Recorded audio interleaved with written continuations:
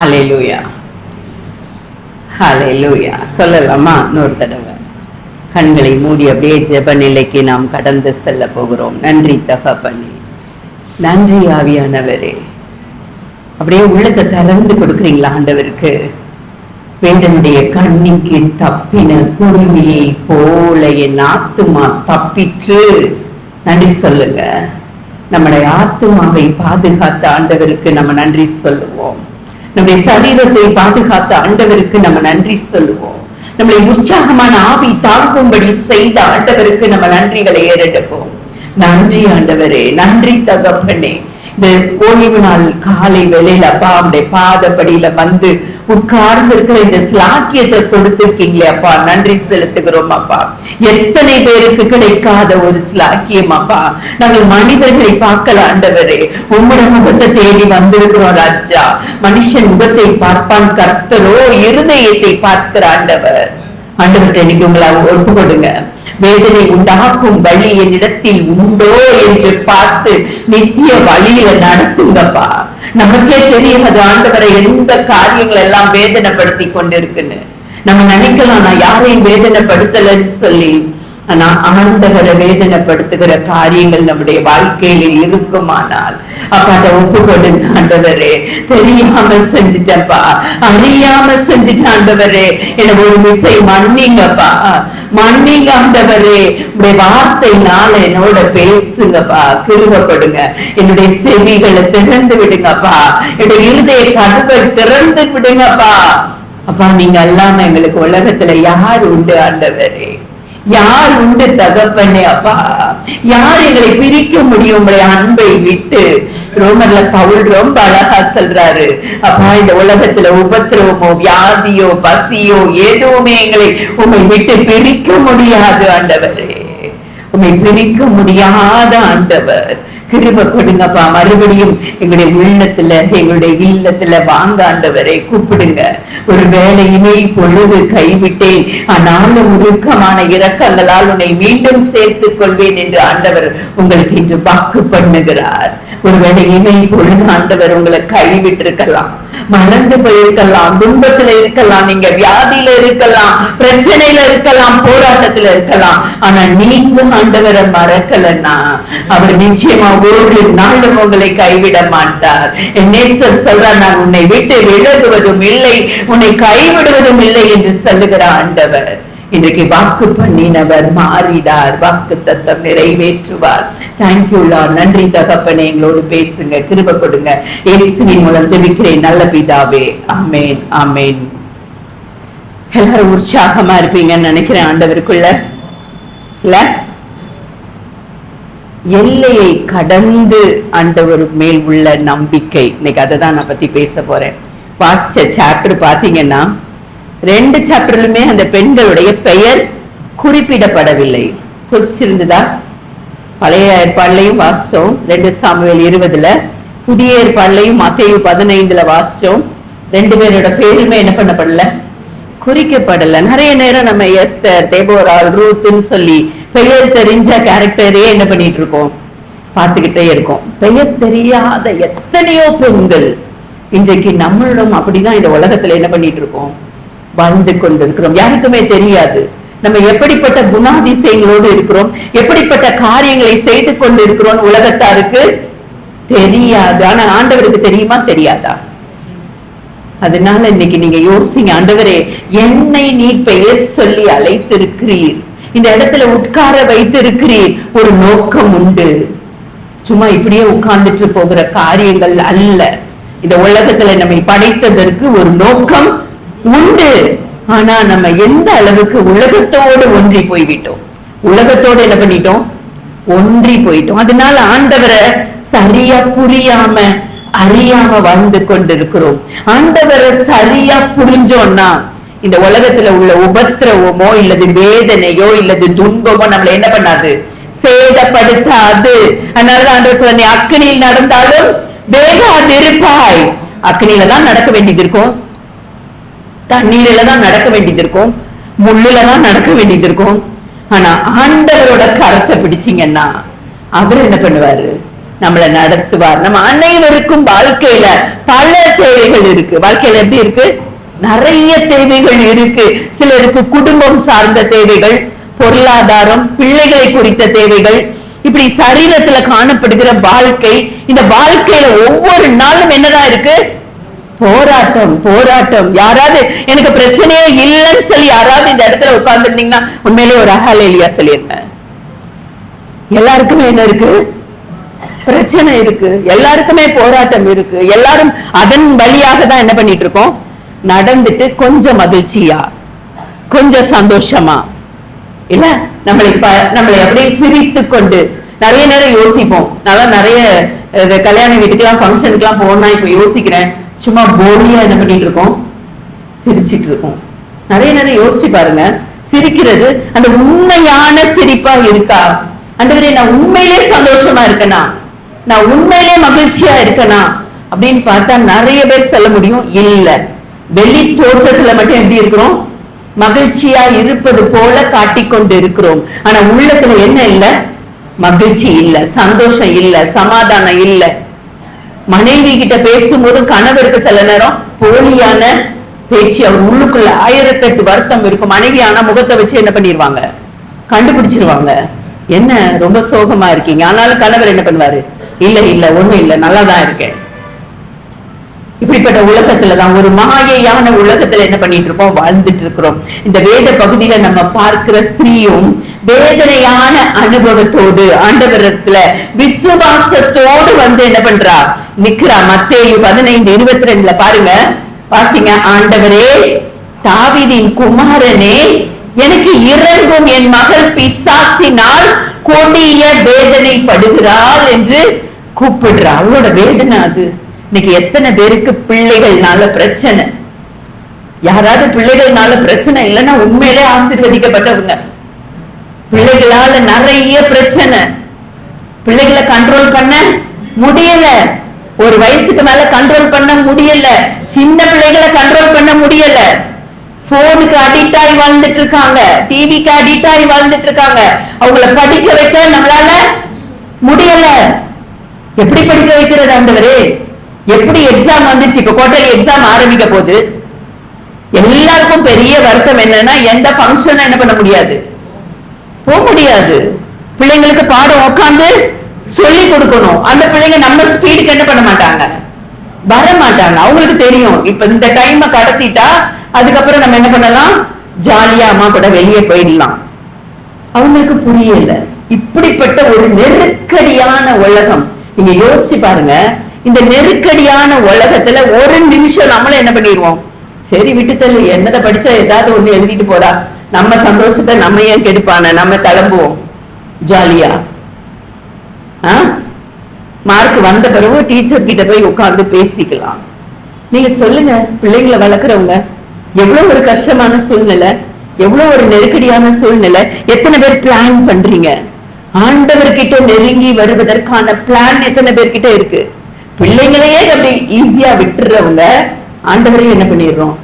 ஈஸியா தூர வச்சிடுறோம். நான் இதை முடிச்சிட்டு வரேன் ஆண்டவரே, நான் இதை செஞ்சு முடிச்சிட்டு உங்ககிட்ட வரேன், அது வரைக்கும் என்ன பண்ணிருங்க, என்னை விட்டுருங்க. நான் நாளைக்கு வந்து நல்லா ஜெபிச்சிடுறேன், நான் நாளைக்கு ஃபாஸ்டிங் இருந்து போய் சர்ச்சில் போய் ஜெபிச்சிடுறேன். இன்னைக்கு கொஞ்ச நேரம் என்ன பண்ணிருங்க, ஃப்ரீ பண்ணிருங்க. எப்படி பிள்ளைகள் கிட்ட நம்ம நடக்கிறோமோ அதே போலதான் நம்ம கடவுள் கிட்ட என்ன பண்ணிட்டு இருக்கோம். பிள்ளைகள் எப்படி நம்மளை விட்டு அப்படியே தூரமா அவங்களோட ஆசைகளை நிறைவேற்றி கொண்டு இருக்காங்களோ, இன்னைக்கு பெரியவங்களும் அதே போல கர்த்தரை விட்டு ஆண்டவரை விட்டு என்ன பண்ணிட்டு இருக்கோம், தூரமா தூரமா. ஆண்டவர் சொல்லி கொடுக்க நினைக்கிறாரு, எப்படியாவது படிச்சு என் பிள்ளை இந்த ஃபர்ஸ்ட் மார்க் வாங்கிடணும்னு ஆண்டவர் நினைக்கிறாரு. ஒருவருக்கும் ஆண்டவருடைய கரத்துல வந்துடணும்னு நினைக்கிறாரு. இவளை நான் எடுத்து பயன்படுத்துற பாத்திரமாய் மாத்தணும்னு நினைக்கிறாரு. ஆனா யாரும் என்ன பண்றது இல்ல, கீழ்படுகிறது இல்ல. அந்த ஆண்டவருக்கு பயப்படுகிற பயம் என்ன பண்ணிடுச்சு? யோசிச்சு பாருங்க, பிள்ளைகளுக்கு பெற்றோருக்கு பயப்படுகிற பயம் போன மாதிரி யாருமே இப்ப பேரண்ட்ஸ் எல்லாம் பிள்ளைகள் எல்லாம் அடிக்கிறதுலாம் இல்ல. ஏன்னா அவங்களே போனை பார்த்துட்டு தான் உட்கார்ந்துட்டு இருக்காங்க. அப்ப அவங்க எங்க அடிக்க முடியும்? பிள்ளை திருப்பி கேட்கும், நீ மட்டும் என்ன ரீல்ஸ் தானே பார்த்துட்டு இருக்கிற, நானும் சேர்ந்து பாக்குறேன் அப்படின்னு சொல்லும். இதேதான் ஆண்டவர்கிட்ட நம்ம என்ன பண்றோம்? நீங்க என்னெல்லாம் பிள்ளைகளை யோசிக்கிறீங்களோ ஒரு நிமிஷம் யோசிங்க, ஐயோ இதெல்லாம் ஆண்டவரே நான் உங்களுக்கு பண்ணிட்டு இருக்கேன். அப்ப நீங்க மாறினா தானே பிள்ளைங்க மாறுவாங்க. இந்த கானானிய ஸ்திரியை வரேன், கானானிய பெண்ணின் வேண்டுதல் என்னதுன்னு பாத்தீங்கன்னா ஒரு பெட்டிஷன் போடுறா. பிசாசினால் கொடிய வேதனைப்பட்டு இருக்கிறா என் பிள்ளை, இந்த மகளின் விடுதலைக்காக விசுவாசத்தோடு இயேசு கிட்ட, விசுவாசம், அவ்வளவு விசுவாசம். 22வது வசனத்துல பாருங்க.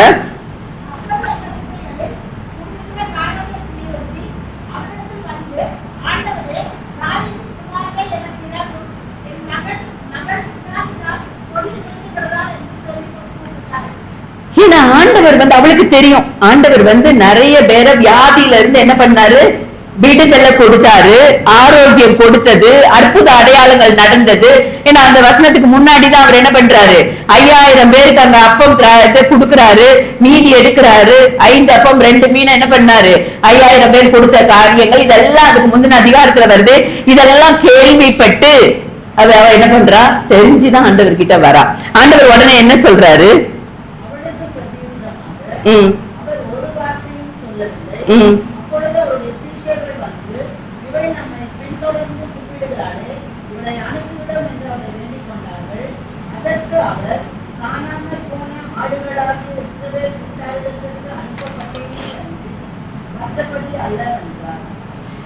இப்ப அந்த கானானிய ஸ்திரீயோட வேதனை மிகவும் கொடிது. இந்த இடத்துல பாத்தீங்கன்னா அவ விசுவாசத்துல உறுதியோடு, அந்த யூதர்கள் சேர்க்க மாட்டாங்க. கானானிய ஸ்திரீ நீங்க யோசிச்சு பாத்தீங்கன்னா கானான் சபிக்கப்பட்டவன், அப்படித்தானே? அதனால இந்த கானானிய ஸ்திரீ இதுல முதலாவது அவர் என்ன சொல்றாரு ஆண்டவர்னா, முதலாவது என் பிள்ளைகள் என்ன பண்ணட்டும், திருப்தி அடையட்டும், பிள்ளைகளின் அப்பத்தை எடுத்து நாய்களுக்கு போடுகிறது நல்லதல்ல அப்படின்றாரு. ஆண்டவர் ஏன் இவ்வளவு கடினமான ஒரு வார்த்தையை யூஸ் பண்ணாரு யோசிச்சு பாத்தீங்களா? அன்னைக்கு என்கிட்ட ஒரு பாய் இருப்பாரு, அவர் கடவுளே இல்லைன்னு மறுதளிக்கிறவர். டக்குன்னு வாசல்ல நின்னுட்டு இப்படி ஒரு கடவுள் சொல்லுவாராமா? அவ என்ன கேட்டா, அப்பத்தை எடுத்து நான் என்ன, அவருக்கு புரியல. அவ கேட்டது பிள்ளைக்கு சொகம் கேட்டா, ஒரு அப்பம் கேட்டதுக்கு நான் நாய்க்குட்டிக்கு போட மாட்டேன்னு சொல்றாரு. இப்படி ஒரு கடவுளை நான் என்ன பண்ணதில்லை. ஆனா உங்ககிட்ட நான் விளக்கம் கேட்க நிக்கல, நான் போயிட்டே இருக்கேன். நேற்று உண்மையிலே இந்த சாப்டரை எடுத்து நான் இதை செய்தியா கொடுக்கும் போது எனக்கு அதுதான் ஞாபகம் வந்தது. ஐயோ இவரு நம்ம கிட்ட பதில கேட்காம என்ன பண்ணிட்டாரு, போயிட்டாரு. நீங்களுமே நம்மளுமே அதானே யோசிப்போம், ஏன் இந்த கடினமான உபதேசம், எதுக்கு இந்த கடினமான உபதேசம், ஏன் இப்படி சொல்லணும்? ஆண்டவர் எல்லாருக்கும் சுகம் கொடுக்கிறவர் தானே, எல்லாருக்கும் ஆண்டவர் தானே. ஏன்னா இந்த இஸ்ரவேல் ஜனங்கள்ல அவங்க புறம்பா இருந்த ஒரு கூட்டம், எல்லாருமே இஸ்ரவேல் புத்திரர்களை இழிவாக இந்த யூதர்கள் என்ன பண்ணாங்க, இந்த கூட்டத்தை புறஞ்சாதி ஜனங்கள்ல இழிவா பார்த்தாங்க. அதனாலதான் 100 அதிபதி என்ன சொல்றான் ஆண்டவர் கிட்ட, என் வீட்டுக்கெல்லாம் வர வேண்டாம், நீங்க ஒரு வார்த்தை சொல்லுங்க, என் வேலைக்காரன் சொசமாவான். அப்ப அவ்வளோ ஒரு ஒடுக்கப்பட்ட தன்மை, ஒரு கொடிதான ஒரு காலம்.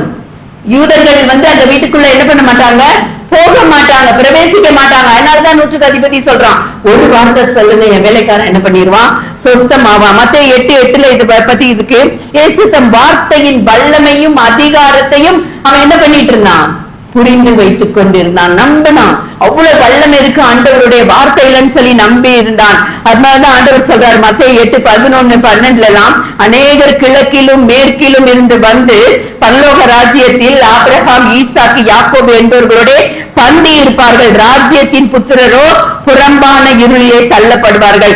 இழிவாக கருதப்படும் அந்த புறஜாதியார் ஆபிரகாமோட பரலோகத்துல இருப்பாங்கன்றத உண்மையாக அவர் என்ன பண்றாரு, சொல்றாரு ஆண்டவர். வசனத்தின் மூலமாக நிறைய பேசுறாரு. ஆனா அவருடைய விசுவாசம் மேலும் உறுதிப்பட, விசுவாசம் ஸ்ட்ராங் ஆகணும். நிறைய நேரம் ஜெபிச்சுட்டு என்ன பண்ணிடுறோம், ஐயோ ஒண்ணுமே நடக்கல அப்படின்னு விட்டுறோம். ஆண்டவர் என்ன பண்றாரு, திரும்ப திரும்ப ஜெபிக்க சொல்கிறார். இந்த கானானிய ஸ்திரீ திரும்ப திரும்ப கேட்கிறா, விட்டா பிடியா கேட்கிறா. ஜெபத்தின் பலனை பெற வேண்டும்னா விட்டா பிடியா என்ன பண்ணணும்? யாக்கோபு ஜெபிச்சா, ஆண்டவர் என்னை ஆசீர்வதித்தால் ஒழிய நான் என்ன பண்ண மாட்டேன், போக விட மாட்டேன் அப்படின்னு சொல்லி அவர் விட்டா பிடியா பேசுறாரு. கொர்நேலி வீட்டுல அவர் சொல்றாரு, பேதுரு என்ன பண்றாரு, கூப்பிட்டு அனுப்புறாரு, என் வீட்டுக்கு வாங்க. இப்ப அந்த இடத்துலயும் கொர்நேலி என்ன பண்ணுவாரு, ரொம்ப அழகா போவார் அவர் வீட்டுக்கு போயிட்டு, நான் புறஜாதியா வீட்டுக்கு ஆண்டவர் என்னை அழைத்து வந்ததின் நோக்கம். அப்ப ஏன் அப்படின்னு பாத்தீங்கன்னா, எதுக்கு இதெல்லாம் சாப்டர் சொல்லப்பட்டிருக்குன்னா, நம்மளை விட அவங்க விசுவாசத்துல ஜாஸ்தியா இருக்காங்க. நம்ம கடவுள் நமக்கு செய்கிறது நமக்கு தெரியல. ஆனா புறஜாதி மக்களுக்கு எப்படி தெரியுது? அந்த வலிமை, அந்த வல்லமை, அந்த விடா முயற்சி அவங்க தெரிந்து கொண்டு பெற்றுக்கொள்றாங்களா இல்லையா? நீங்க போய் ஒரு மற்ற புற இடத்துல போய் ஏதாவது வியாதியா இருக்காங்களா ஜெபிங்கன்னு சாதாரணமா நீங்க போய் என்ன பண்ணுவீங்க? ஜெபிப்பீங்க, சுகம் கிடைச்சிரும், சுகம் உண்டாயிரும். எப்படின்னா அவங்க அவ்வளவு ஆண்டவர் என்ன பண்றாங்க? விசுவாசிக்கிறாங்க, நம்புறாங்க. இத சீஷர்கள் பார்த்துட்டே இருக்கும் போது சீஷர்களுக்கே பயங்கரமா இருக்கு. இவரையே இவ்வளவு கடினமா திட்டுறாரு. ஏன்னா அவங்களுக்கு சொல்லி கொடுக்கிறாரு. இவகிட்ட இருக்கிற விசுவாசம், இந்த கொர்நேலிய கிட்ட இருக்கிற விசுவாசம், இந்த 100க்கு அதிபதி கிட்ட இருக்கிற விசுவாசம் உங்ககிட்ட என்ன பண்ணல? இல்ல. இன்னைக்கு கிறிஸ்தவ கூட்டம் அப்படிதான் வாழ்ந்துட்டு இருக்கிறோம். ஆண்டவர் நமக்கு எவ்வளவு செஞ்சாலும் நமக்கு என்ன பண்ணல? தெரியல. அவர் நம்மளை அப்படி நேசிக்கிறார். இஸ்ரவேல் ஜனங்கள் அவர் என்ன பண்றாரு? நேசிக்கிறார். ஆனா புரியல. அதனாலதான் புறஜாதி மக்களுக்கு என்ன நடக்கு? மிராக்கிள்ஸ் நடக்கு, அற்புதம் நடக்கு. ஏன்னா ஆண்டவருக்கு தெரியும். எல்லாரும் அவரோட பிள்ளைகள் தானே. எல்லாரும் அதை நம்புறீங்களா இல்லையா? அவங்க ஹிந்துவா இருந்தாலும் எந்த மதத்தினரா இருந்தாலும் எல்லாரும் ஆண்டவருடைய பிள்ளைகள். அவர் நேசிக்கிறார், அவங்களையும் நேசிக்கிறார். ஆனா நம்மள இன்னும் அதிகமா நேசிக்கிறார். இதை அத்தனை பேர் விசுவாசிக்கிறீங்க? அவர் பாதத்துல வந்து உட்காரும் போது அவர் என்ன பண்றார்? நம்மள இன்னும் அதிகமாய் நேசிக்கிறார். இந்த கானானிய ஸ்திரீயின் சூழ்நிலை மிகவும் வேதனையா உள்ளது. இனத்தை மதத்தை சேர்ந்தவள் அல்ல என்று கைவிடப்பட்ட நிலைமை. எங்க இனம் கிடையாது, எங்களுடைய காரியங்கள் கிடையாதுன்னு கைவிடப்பட்ட நிலைமை. இதை எப்படி சொன்னா, she had to overcome break. இதை வின் பண்றா, எல்லை என்ன பண்றா? தாண்டா. அவருடைய எல்லையை தாண்டா. அன்னைக்கு கூட ஒரு பிள்ளைக்கு ஜெபிச்சுட்டே இருந்தேன். நான் அப்ப சொன்னேன், கணவர் சூசைட் பண்ணி இறந்து போயிட்டாரு. எனக்கு அவ்வளவு என்ன சொல்லி ஆறுதல் படுத்தன்னு தெரியல. நான் அப்ப சொன்னேன், இதுதான் உலகம், இவ்வளவுதான். மரணம் எல்லாருக்கும் நிச்சயம். ஆனா நீ உன் எல்லைக்குள்ள என்ன பண்ணிடாத, அடங்கிறாத. எல்லையை தாண்டி என்ன பண்ணு? ஓவர் கம் பண்ணி உலகத்தை ஜெயிச்சு காட்டு. நிறைய நேரம் நமக்குள்ளேயே ஒரு எல்லையை வரைந்து கொள்வோம். நம்ம போன தடவை சொன்ன என்னன்னு தெரியல, ஒரு மீன் தொட்டி, ஒரு சின்ன கண்ணாடி தொட்டியில மீன் வளர்க்குறான் ஒரு சின்ன பையன். அதை கழுவும் போது என்னாச்சு, வேற ஒரு பெரிய தொட்டியில எடுத்து போட்டு கழுவுறான். கழுவி முடிச்சுட்டு இந்த பெரிய தொட்டியில போட்ட மீனை பாக்குறான். அது இந்த சின்ன தொட்டியில எவ்வளவு ரவுண்டு போயிட்டு இருந்ததோ அதே ரவுண்டு தான் அது போயிட்டே இருக்கு. அவ்வளவு பெரிய தொட்டின்னு அது அந்த மீனுக்கு தெரியல. இன்னைக்கு உலகத்துல வாழ்ந்து கொண்டு இருக்கிற இந்த கிறிஸ்தவர்களும் இப்படிதான். இவ்வளவுதான் ஆண்டவர், ஞாயிற்றுக்கிழமை சர்ச்சுக்கு போயிட்டு வந்துட்டா போதும், இதுதான் என்னோட உலகம் அப்படின்னு சொல்லி என்ன பண்ணிட்டு இருக்கீங்க? அந்த சின்ன தொட்டிலே நீந்தி கொண்டு இருக்கீங்க. உலகம் முழுவதும் அதான் ஆண்டவர் சொல்றார், நீ உலகெங்கும் போய் சர்வ சிருஷ்டிக்கும் சுவிசேஷத்தை பிரசங்கம் பண்ணு. என்னைக்கு நீங்க அந்த உலகத்தை பார்க்க போறீங்க? உலகத்தை ஆளுகிற ஆண்டவரை என்னைக்கு பார்க்க போறீங்க? ஆண்டவரை கேளுங்க, ஆண்டவரே நான் பார்க்கணும்பா, உங்களை முழுசா பார்க்கணும்பா. வொர்ஷிப் ஐயா ரொம்ப அழகா பண்ணாங்க. ஆனா நான் அப்போ உங்களோட பேச பாக்குறேன் ஃபார்மாலிட்டிக்காக. எந்த ஒரு இதயத்திலையும் அந்த துடிப்பு இல்லாம சும்மா தெரிஞ்ச பாட்டு அவ்வளவுதான், அதை அப்படி பாடிட்டு. ஆனா நீங்க ஒவ்வொருத்தரும் யோசிச்சு பாருங்க, அந்த ஆழமான அந்த அன்பு, முழு உள்ளத்தோடு முழு ஆத்மாவோடு முழு பலத்தோடு நீ என்னிடத்துல அன்பா இருக்கிறாயா? பேதுருவை பார்த்து கேட்கிறாருல, நீ என்னை நேசிக்கிறாயா? இன்னைக்கு ஒவ்வொருத்தரையும் பார்த்து அதான் கேட்கிறாரு, அன்பா இருக்கிறாயா? எல்லாருக்கும் தெரியும், உலக நேசம் தெரியும், கணவரை எவ்வளவு தூரம் நேசிக்கிறீங்கன்னு தெரியும், மனைவியை எவ்வளவு தூரம் நேசிக்கிறீங்கன்னு தெரியும். அதையும் தாண்டி ஆண்டவருடைய அன்பு என்ன? நான் நிறைய நேரம் அதான் கேட்பேன், ஆண்டவரை என்னவோ சொல்றாங்க, உங்க அன்பு அப்படி இப்படின்றாங்க, எனக்கு வெளிப்படுத்துங்க, எனக்கு வெளிப்படுத்துங்க. நான் சும்மா மேலோட்டமான அந்த அன்பை தான் நான் என்ன பண்ணிட்டு இருக்கேன், பார்த்துட்டே இருக்கேன். உலக பிரகாரமா யாராவது நேசிச்சா கொஞ்ச நேரம் உங்களை என்ன பண்ணிடுறேன், தள்ளி வச்சிடுறேன். ஐயோ அதை விட இந்த அன்பு எனக்கு மேலானதா இருக்கு. எத்தனை பேர் ரகசியமா போன் பேசுகிற காரியங்கள், அந்த அன்புதான் எனக்கு மேலா இருக்குன்னு சொல்லி, கணவனுக்கு தெரியாம மனைவி, மனைவிக்கு தெரியாம கணவன், எத்தனை பெண்களுடன் ஆண்களுடன் பேசி சின்ன பின்னமாய் இருக்கிற இந்த உலகம், சின்ன பின்னமாய் இருக்கிற உலகம். பிசாசு அவனுக்கு தெரியும் யாரை எந்த இடத்துல பிடிச்சா நம்ம வலையில சிக்கி ஆண்டவர்கிட்ட இருந்து விலகி வந்துருவா அப்படின்றது. எத்தனை பேர் யோசிச்சு பாருங்க. அப்ப நீங்க ஆண்டவரை கேளுங்க, ஆண்டவரே அந்த முழுமையான அன்புனா என்ன? வலிய பிள்ளைங்க கேளுங்க ஆண்டவர்கிட்ட. சும்மா ஏதோ பைபிள் வாசிச்சுட்டேன், ஜெபிச்சுட்டேன், சர்ச்சுக்கு போயிட்டேன், என்னுடைய கிறிஸ்தவ வாழ்க்கை இவ்வளவுதான் அப்படின்னு சொல்லி இந்த குறுகிய வட்டத்துக்குள் வாழ்கிற வாழ்க்கை அல்ல கிறிஸ்தவ வாழ்க்கை. ஒரு பெரிய எழுப்புதல் உண்டாகணும். ஆண்டவர் காத்திருக்கிறார். இந்த கொளத்தூர் பட்டணம் அசைக்கப்படணும். ஒவ்வொரு பெண்களும் எழுப்புனா என்ன நடக்கும் யோசிச்சு பாருங்க. நீங்க வாய திறந்து ஆண்டவரை பத்தி மட்டும் பேசுறவங்களா இருந்தனா இந்த பிரகாஷ் நகர் எப்படி இருக்கும்னு யோசிச்சு பாருங்க. எல்லா சென்னையே என்ன பண்ணும், திரும்பி பார்க்கும். ஐயோ இந்த பிரகாஷ் நகர்ல இருக்கிற பெண்கள் வேற எதுவுமே பேச மாட்டேங்காங்க, ஏசு ஏசு ஏசு ஏசுன்னு பேசுறாங்க. ஒரு செய்தி வரட்டுமே பேப்பர்ல, ஏன் உலகம் இன்னும் மாறாம இருக்கிறோம், ஏன் கிறிஸ்தவர்கள் மாறாம இருக்கிறோம்? ஒரு விஷயம் சிந்திச்சு பாருங்க. ஏன்னா அன்பு இல்ல, ஆண்டவரை நம்ம நேசிக்கல, ஆண்டவரை முழு உள்ளத்தோடு நம்ம நேசிக்கல. முழு உள்ளத்தோடு நேசிச்சோம்னா நம்ம வாயில இருந்து வேற வார்த்தைகளே வராதுங்க. ஆண்டவர் என்ன செய்யணும்பா, என்ன செய்யணும், உங்களுக்காக என்ன செய்யணும்? பவுல் கேட்டது மழை சொல்லிக்கிட்டே இருக்கும். ஆண்டவர் என்ன செய்யணும்பா, என்ன செய்யணும், இன்னைக்கு என்ன பண்ணணும், நாளைக்கு என்ன பண்ணணும், எனக்கு சீக்கிரம் எனக்கு ஒரே ஒரு இருந்தாங்க, எனக்கு ஒரு வாரம் கேப் இருந்தாலும் என்ன ஆகுதுன்னா, ஆண்டவர் என்ன என்ன மறந்துட்டீங்களா, இன்னைக்கு ஒரு செய்தி இல்ல, இவ்வளவு பிஸி ஷெட்யூல்டு, ஃபர்ஸ்ட் வாரம் என்னால என்ன பண்ண முடியாது, எங்கேயுமே வெளியே போக முடியாது, நான் அப்படியே கடையில லாக் ஆயிட்டு உட்கார்ந்துட்டு இருக்கேன்.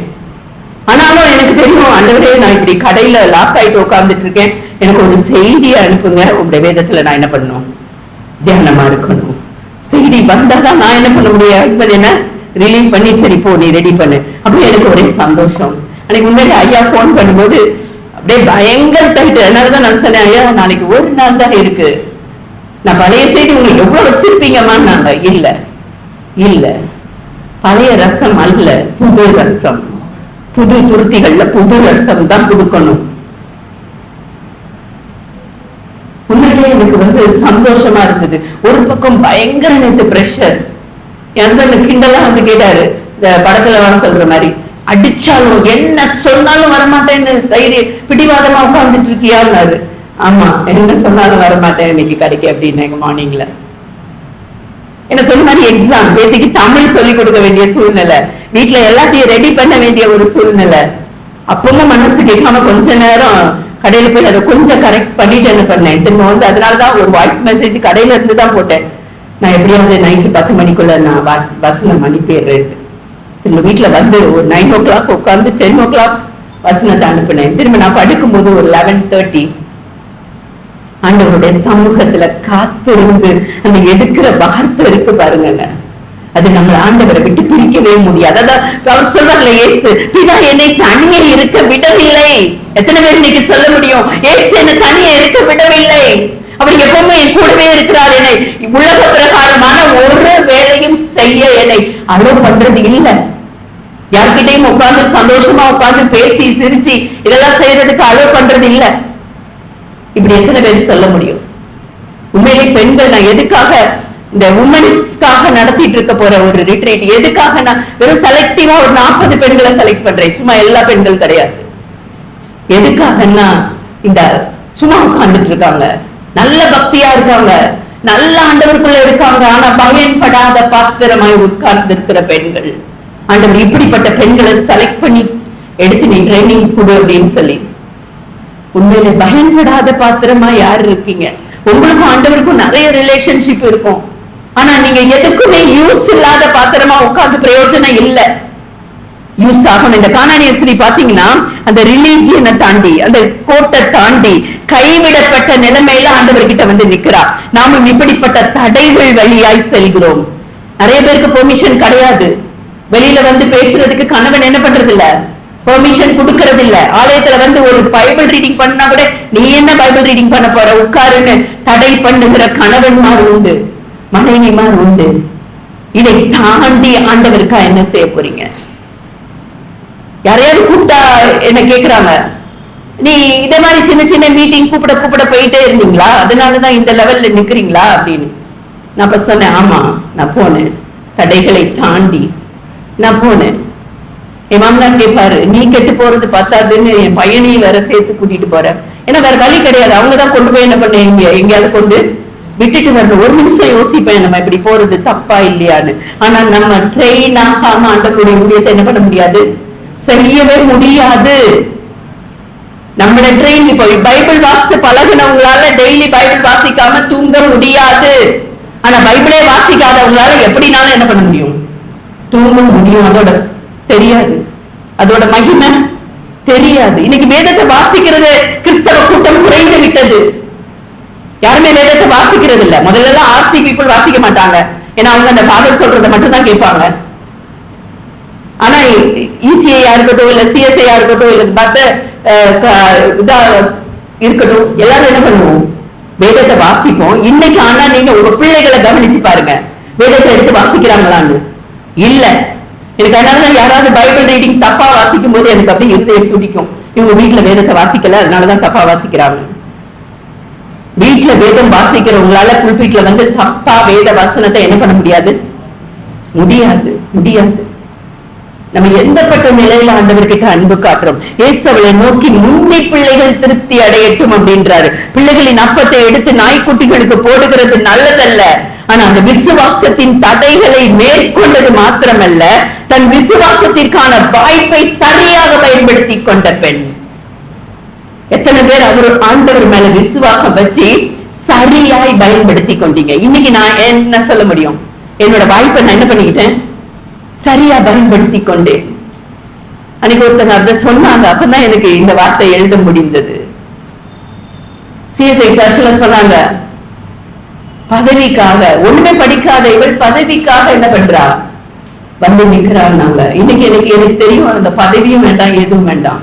ஆனா படிக்காதவர்கள் சொன்னாங்க பாருங்க, +2 படிச்சிருந்தேன். அப்பவும் அந்த வார்த்தையை வச்சு நான் என்ன பண்ணேன், மெட்ராஸ் யூனிவர்சிட்டியில சேர்ந்து BA கிறிஸ்டியன் ஸ்டடிஸ் முடிச்சேன். இப்ப குருகுலத்துல சேர்ந்து BCS முடிச்சிட்டேன். MCS ஜாயின் பண்ண கட்டியிருக்கேன். ஆனா இந்த வாட்டி பயங்கர அப்படியே ப்ரெஷரா இருக்கிறதுனால சரி நெக்ஸ்ட் இயர் ஆரம்பிக்கலாம்னு அதை டிராப் பண்ணி வச்சிருக்கேன். நேற்று வரைக்கும் ஹஸ்பண்ட் கேட்கிறேன், இல்ல படிக்கணும் படிக்கணும் ஆண்டவருக்காக. இதை படிச்சு என்ன யூஸ் அப்படின்னாரு. இல்ல இந்த சமுதாயம் நிற்கும் போது படிக்கலன்னா மதிக்கல, அப்படிதானே, படிக்கலன்னா மதிக்காது. இந்த சமுதாயத்துல ஒரு பொசிஷன் இல்லைன்னா சமுதாயம் மதிக்காது.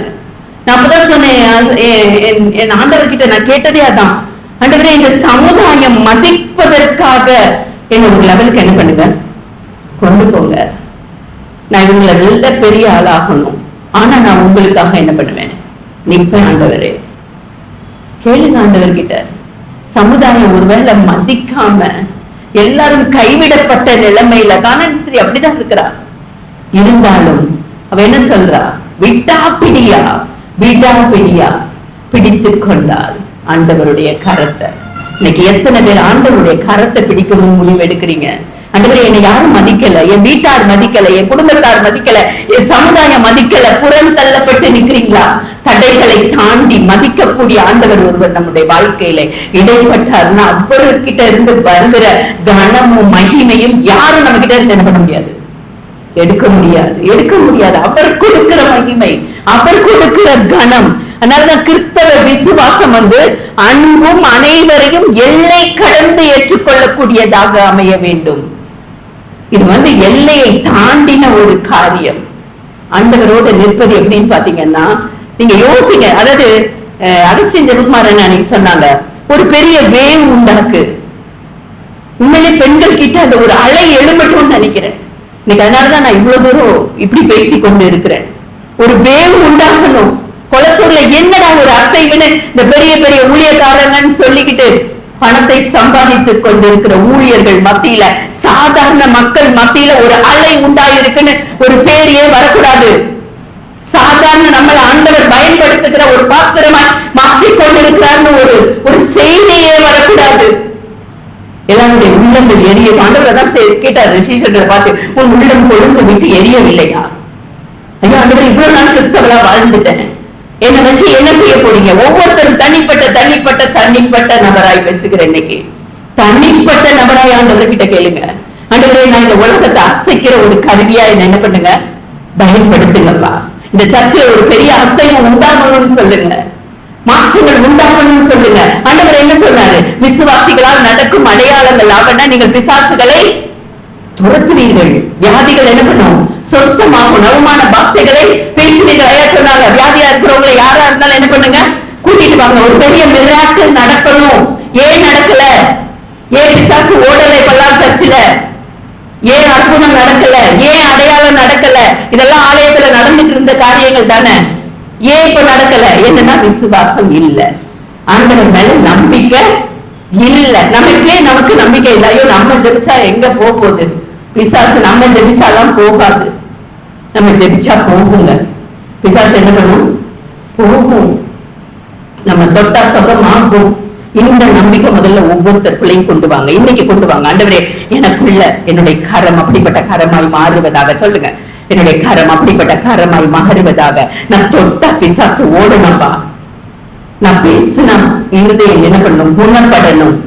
எல்லாரும் இருதயம் குணமாகாம இருக்காங்க. எல்லாருக்குள்ளும் இந்த வியாதி.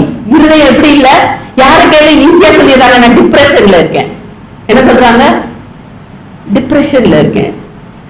இது ஒரு வியாதியா? அப்ப இருதயம் என்ன பண்ணல? குணப்படல. நீங்க பேசுகிற வார்த்தைகள் ஒருவருடைய இருதயத்தை குணப்படுத்துகிற வார்த்தைகளாய் இருக்க வேண்டும். அதனாலதான் ரொம்ப அழகா கோரேஸ் ஆண்டவர் தெரியாது. கோரேஸ் ராஜாவுக்கு கர்த்தர் யாருன்னு தெரியாது. ஆனா ஆண்டவர் சொல்றாரு, எஸ்ரால் எல்லாம் யாக்கோபி நிமித்தமும் இஸ்ரவேல் நிமித்தமும் நான் உன்னை என்ன பண்ணேன்? தெரிந்து கொண்டேன். ஏசாயா 45:4 பாத்தீங்கன்னா, நான் என் தாசனாகிய யாக்கோபி நிமித்தமும் நான் தெரிந்து கொண்ட இஸ்ரவேல் நிமித்தம் நான் உன்னை பெயர் சொல்லி அழைத்து நீ என்னை அறியாதிருந்தும் உனக்கு என் நாமத்தை என்ன பண்ண தரித்தேன். எத்தனை பேர் அப்படி ஆண்டவரை தெரியாமல் அவருடைய நாமத்தை தரித்தவர்களாய் வெளியே இருக்கிறாங்க? எவ்வளவு மிராக்கிள்ஸ் பண்றாங்க.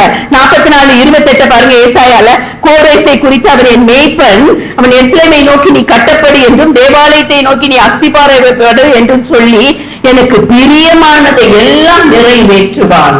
எத்தனை பேர் உள்ள இன்னைக்கு ஆண்டவர் நம்மளை குறிச்சு சாட்சி சொல்ல முடியும்? எனக்கு பிரியமானதை எல்லாம் இவன் நிறைவேற்றுவான், எனக்கு பிரியமானதை எல்லாம் இவன் நிறைவேற்றுவான். ஆண்டவர் டைரக்டா எல்லாம் பேச மாட்டாருங்க, மனுஷங்க மூலமா பேசுவாரு. நீங்க இன்னைக்கு கேட்கணும், ஆண்டவரே நான் பிரியமானதை செய்யறேன், நான் செய்யலையா? யாராவது எனக்கு சொல்லணும் அப்படின்னு நீங்க ஜெபிச்சீங்கன்னா யாராவது உங்ககிட்ட என்ன பண்ணுவாங்க? அதே வார்த்தைய பேசுவாங்க. ஆண்டவரோட பேசி பழகுங்க. ஆண்டவரோட பேசி பழகுங்க. ஆண்டவர் இதுக்காக தான் மனுஷங்களை படைச்சாரு. பேசணும்னு படைச்சாரு, உலாவணும்னு படைச்சாரு. சவால்களை ஆக்கப்பூர்வமாய் எதிர்கொண்ட ஒரு பெண். இன்னும் பாத்தீங்கன்னா, மக்களுக்கான கடவுளின் அணுகுமுறை வெளிப்புற அளவுகோலினால் தீர்மானிக்கப்படவில்லை.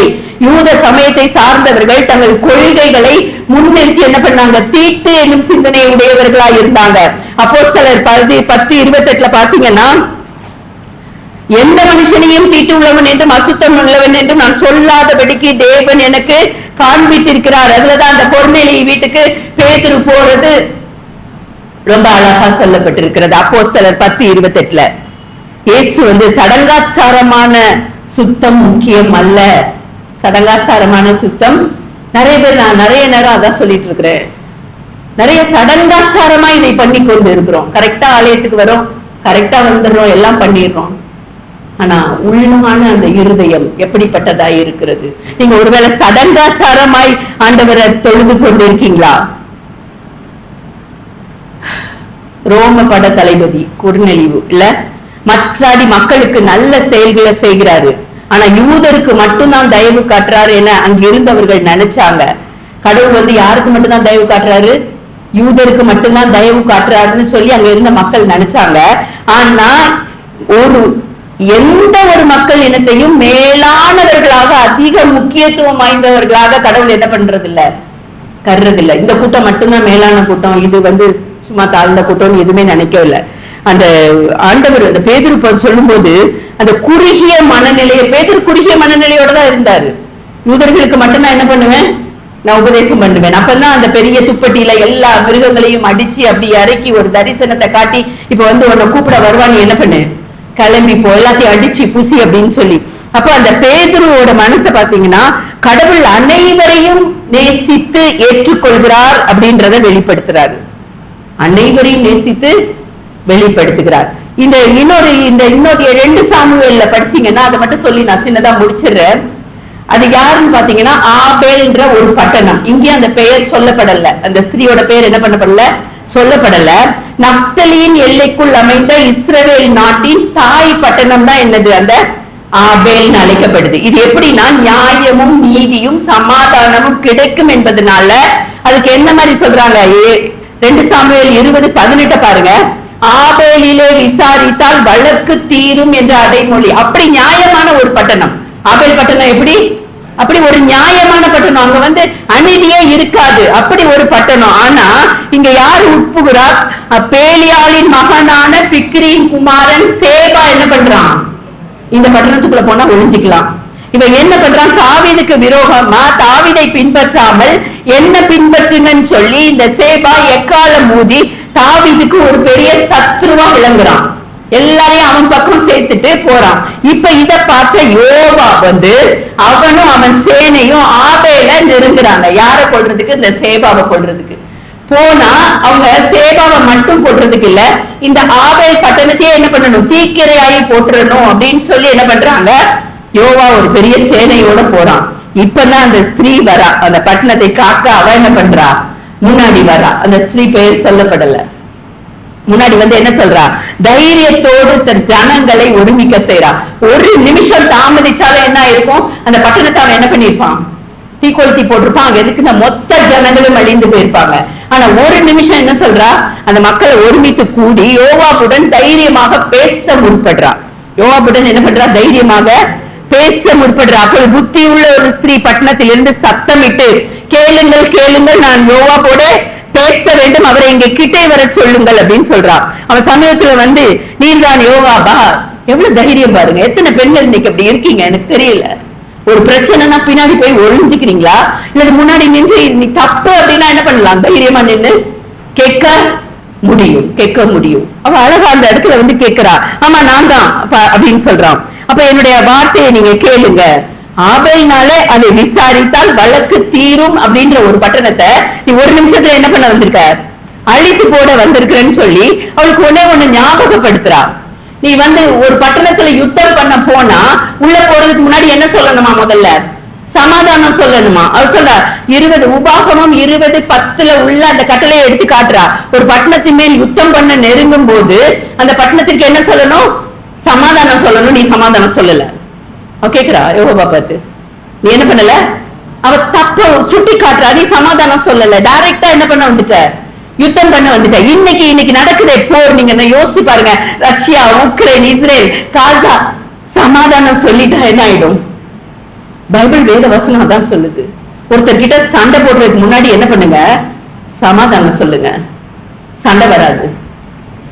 இதுதான் இன்னைக்கு வேதத்துல எழுதி இருக்கு. இதை எடுத்து சொல்ல ஆட்கள் இல்ல, இதை எடுத்து சொல்ல ஆட்கள் தேவை. எப்படி தேவை, வேதத்தை படிச்சாதான் வரும் இந்த ஞானம். ஒருத்தர் கிட்ட சண்டை போடுறதுக்கு முன்னாடி, அவகிட்ட நீ கண்டிப்பா இதை கேட்டே தீருவேன், என்னை பத்தி இப்படி சொல்லி இருக்கிறா, கேட்டே தீருவேன்றதுக்கு முன்னாடி என்ன பண்ணுங்க, சமாதானம். அதை கேட்கிறா, சமாதானத்தை நிலைநாட்டும் பட்டணமாக இது பெயர் பெற்றிருக்கிறது, நீர் அதை விழுங்க பார்க்கிறீரே என்று தீர்க்கதரிசி போல கர்த்தரின் சுதந்திரத்துக்காக வைராக்கியமாய் வழக்காட முன் வருகிறாள். நான் தான் நினைச்சேன், எதுக்கு ஆண்டவரே இந்த பேரை குறிப்பிடல, யாருமே இதை குறிச்சு என்ன பண்ணல. உண்மையிலே நான் நேற்று உட்காரும் போது இப்படி ஒரு கேரக்டரா கண்டிப்பா நான் என்ன பண்றேன், இந்த கேரக்டரா ஆண்டவரே நான் பேசுறேன். இப்படிப்பட்ட வேதத்தின் ரகசியங்களை என்ன பண்ணுங்க, பிக் பண்ணி எடுத்து எழுதி வைங்க. நிறைய ரகசியங்களை ஆண்டவர் வெளிப்படுத்துவார். இந்த காலத்திற்கு தேவையான ரகசியம் இது. நாட்டுக்கு நாடு என்ன நடந்துட்டு இருக்கு, யுத்தம் நடந்து கொண்டு இருக்கிறது. சமாதான வார்த்தை பேசுவதற்கு ஆட்கள் இல்லை. யுத்தத்தை தூண்டி விடுறதுக்கு தான் எப்படி இருக்காங்க, ஆட்கள் இருக்காங்க. குடும்பத்துல பார்க்கிறோம், சண்டைனா இன்னொருத்தர் இன்னும் கொஞ்சம் என்ன பண்ணுவாங்க, சொல்லுவாங்களே எரியிற நெருப்புல இன்னும் கொஞ்சம் எண்ணெயை ஊத்திட்டு போயிட்டாங்க, இன்னும் கொஞ்சம் சண்டையை மூட்டதான் ஆட்கள் இருக்காங்க.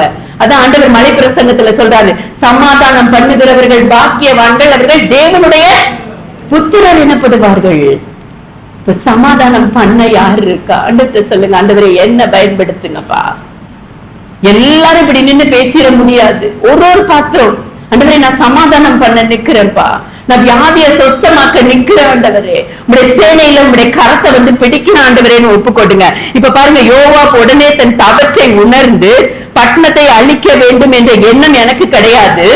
என்ன சொல்றான்? பிக்ரியின் குமாரனானிய அந்த சேபாவுக்கு ஆபேலில ஏன் புகலிடம் கொடுத்தீங்க? அவன் அங்க இருக்கிறதுனாலதான் என்ன பண்ண வந்தேன், இந்த மதில என்ன பண்ண வந்தேன், நான் இடிக்க வந்தேன். உடனே இவதான் மக்களை ஏற்கனவே ரெடி பண்ணி வச்சிருக்கால, சேபாவுடைய தலையை வெட்டி தூக்கி அவங்க கிட்ட போடுங்கன்றான். உடனே சேபாவோட தலையை வெட்டி என்ன பண்ணிட்டாங்க, யோவாப் கிட்ட தூக்கி போட்டாச்சு. பட்டணம் தீக்கிரையாக்கப்பட்டது. யோசிச்சு பாருங்க, அன்னைக்கு யோனா போன கப்பல் வந்து ஆட்டங்கானது. அவனே சொல்றான், என்னாலதான் அந்த கப்பல் என்ன பண்ணுது இவ்வளவு ஆட்டம், என்ன தூக்கி கடல்ல போட்டுருங்க. மோசே சொல்றான், ஐயோ இந்த ஜனங்களை அழிக்காதீங்க, என் பேரை வேணா ஜீவ புத்தகத்துல இருந்து என்ன பண்ணிருங்க, கிறுக்கி போட்டுருங்க. எத்தனை பேர் இப்படி நம்ம ஆண்டவர்கிட்ட ஒப்பு கொடுக்க முடியும்? ஆண்டவரே இந்த பட்டணத்தை காப்பாற்றணும்னா நம்ம ரத்த சாட்சியா மறிக்க ரெடி ஆண்டவரே. ஆண்டவரே உமக்காக எல்லா சீஷர்களும் ரத்த சாட்சியா தாங்க மறிச்சாங்க. இப்ப 2 நாளைக்கு முன்னாடி அந்த பேரை குறிக்காம வந்துட்டு அமெரிக்கால ஒருத்தர் என்ன பண்ணிட்டாங்க, ஷூட் பண்ணி கொண்டுட்டாங்க. 31 வயசு ரத்த சாட்சியாய் மறிச்சு. என் பையன் எனக்கு கால் பண்ணி சொல்றான், மம்மி பாத்தீங்களா எப்படி ஷூட் பண்ணிட்டாங்க, நானும் ரத்த சாட்சியா மறிக்க ரெடின்னு சொல்றேன் மம்மி. எனக்கு அப்படியே ஷாக்கா இருந்தது, எப்படிடா இப்படி வார்த்தைகள் எல்லாம் என்ன யூஸ் பண்றாங்க. அவ்வளவு ஆண்டவருக்குள்ள உள்ள அந்த வைராக்கியம் இருந்தா மட்டும்தான் இதை சொல்ல முடியுங்க, இல்லது சொல்ல முடியாது. ஆண்டவருக்காக நிற்கும் போது மாத்திரம்தான் என்ன வந்தாலும் நம்புவேன்னு சொல்லுவோம் பாருங்க. என்ன வந்தாலும் நம்புவேன் என்னை மீட்பரை, யார் கைவிட்டாலும் பின் செல்வேன் எனது இயேசுவை. அகல ஆழ உயரமாய் எவள பண்பு கொண்டார்,